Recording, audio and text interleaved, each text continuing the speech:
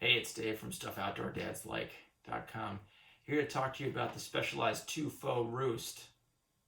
I think that's the whole name. There seem to be two of these models. There's a 2FO downhill something, and then there's this 2FO Roost, which is sort of their casual shoe. This one is clipless, and then they have a flat shoe as well. They're about the same price, $120, $130 dollars, which is a little on the pricey side. This is the first pair of shoes I've had since a City Dominator 2, or maybe 4, but I think they're up to Dominator 12 now, so it's been a while. So all my comparisons are based on that. Take it or leave it for what that's worth to you. But coming from a straight cross-country shoe to something like this, that's sort of a big change overall in terms of sort of style and purpose. But what I found is this shoe is really light and there's really good power transfer compared to my cross-country shoe, which is pretty impressive. Outdoor Gear Labs looked at this shoe amongst others, and they found this was the lightest shoe, I think, in their test compared to everything else, and it definitely feels that way on the hill. You don't feel like you're getting bogged down with a really heavy shoe. I've been riding it between an hour and 3 hours for rides, and I found that it's not overly hot. It hasn't been too hot in New England this summer so far, this spring, summer. So as we get into the hotter months, it's possible that the fact that this is a little bit more material is going to not feel quite so good. But there's a bunch of things I like about this shoe. So one, I kind of like the style.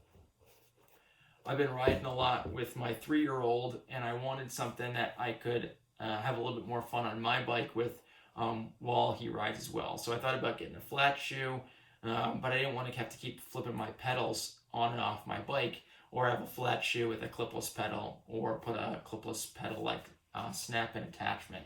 So I ended up going with this. And what I found from a walking perspective, the toe has flex. This middle portion of the shoe really does not, and then the heel has a little flex as well. So it's very stiff underfoot for pedaling, but really comfortable for walking. So if I'm carrying his bike and carrying my bike, up a hill, for instance, it's really nice to walk in, but when I'm riding, it really delivers, and it feels really comfortable. I feel a lot more like I have more support on the pedal than I did with my cross-country shoe, which gives me a lot more confidence. And when I'm kind of on and off the bike with him a lot, if I'm riding with him in the woods, it's just more comfortable to snap in or pedal or whatever, versus being sort of unsure about my footing with the all plastic, hard plastic sole like a cross-country shoe provides. I also like that it's a little bit more casual, so I'm not wearing a cross-country shoe when I'm going riding with him in the neighborhood. It doesn't stand out. It doesn't stand out like a bike shoe. It just stands out like a casual shoe. I find that there's some discussion about where this cleat sits. Yes, it does make occasional noise on like flooring, but I don't think it's so much of a problem that you couldn't take it in for post-ride beers or a coffee shop beforehand. And I don't think you're really going to scratch up somebody's floor too bad with it. I wouldn't take it to a palace or if you're visiting, the Queen. But other than that, I think it's pretty good from that perspective.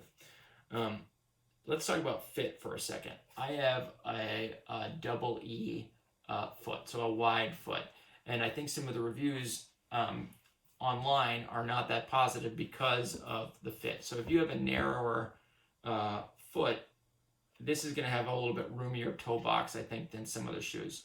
But for me, it's perfect. My right foot's a little wider, and I can tell when riding or when I start to ride that I'm getting some pinching like right in here, but then it loosens up, and so into the ride it feels fine and I don't have a problem. And you do want a snug fit when you're riding, because all that is, any slop is loss of power transfer or dexterity on the pedal. But I found them to be really comfortable both for walking and riding. So I think this is a great upgrade for me, for my arsenal, and I think they'd be a good upgrade for anybody looking for a similar shoe or device. So Dave from StuffOutdoorDadsLike.com signing off with another review.